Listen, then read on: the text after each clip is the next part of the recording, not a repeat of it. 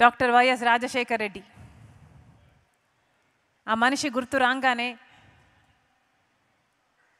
మొట్టమొదట గుర్తొచ్చే అంశం ముఖం నిండా చిరునవ్వు. నడుచుకుంటూ వస్తే రాజసమే నడుచుకుంటూ వస్తుందా అన్నట్టుగా ఉండేది.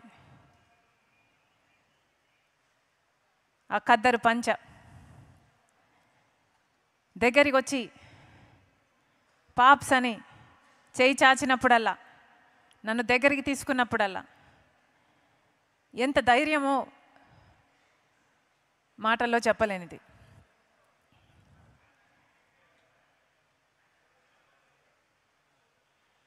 రాజశేఖర రెడ్డి గారు చనిపోకముందు ఆ కొద్ది రోజులు ఆయనతో గడిపిన జ్ఞాపకాలు మీతో పంచుకోవాలని ఉంది. ఆ కొద్ది రోజులు ఆల్మోస్ట్ నాన్నని నేను కలిసిన ఆఖరిసారి కావచ్చు. ఆ రోజు కలిశాను, మరుసటి రోజు నేను బెంగళూరుకు వెళ్ళిపోవడం జరిగింది. ఆ రోజు రాత్రి నేను కలిసినప్పుడు నాన్న మాట, పాప్స్ దేవుడు ఎంత చేశాడు కదా, మన జీవితాల్లో దేవుడు ఎంత చేశాడు, ఏమీ కానీ నన్ను ఇంత దూరం తీసుకొచ్చాడు,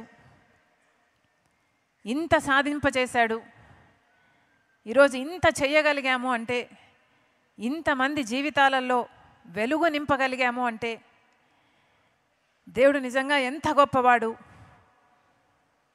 ఎక్కడో ఉన్నవాడిని తీసుకొచ్చి ఇంత ఎత్తున నిలిపాడు, ఇంత అవకాశాన్ని ఇచ్చాడు అని దేవునికి ఎంతో గ్రేట్ఫుల్గా ఉన్నాడు. ఉంటూ ఇంకో మాట కూడా అన్నాడు, పాప్స్ నా జీవితము జలయజ్ఞాని కోసమే దేవుడు పుట్టించాడేమో, జలయజ్ఞం నేను చేయగలిగితే నా జీవితం, నా పర్పస్ నేను ఫుల్ఫిల్ చేసిన వాడిని అవుతాను. ఇవన్నీ మిగతాటివన్నీ ఆరోగ్యశ్రీ అయినా, ఫీజు రీయింబర్స్మెంట్ అయినా, ఇందిరమ్మ ఇల్లు అయినా, 108 ఇవన్నీ బోనస్. కానీ జలయజ్ఞం మాత్రం నా హృదయానికి చాలా దగ్గర అన్నాడు. ఆ విషయం నాకే కాదు, క్యాప్షన్ మామ కూడా, కేవీపీ రామచంద్రరావు గారికి కూడా బాగా తెలిసిన విషయం. ఎందుకంటే ఎలక్షన్లో కౌంటింగ్ జరుగుతున్న సమయంలో నాన్న చాలా టెన్షన్ పడ్డ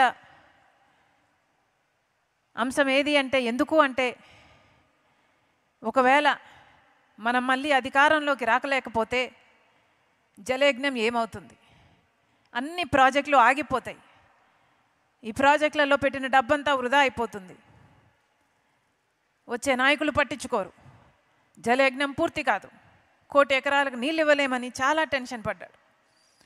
అంత టెన్షన్ బహుశా తన జీవితంలో ఎప్పుడూ దేనికి పడుండడు.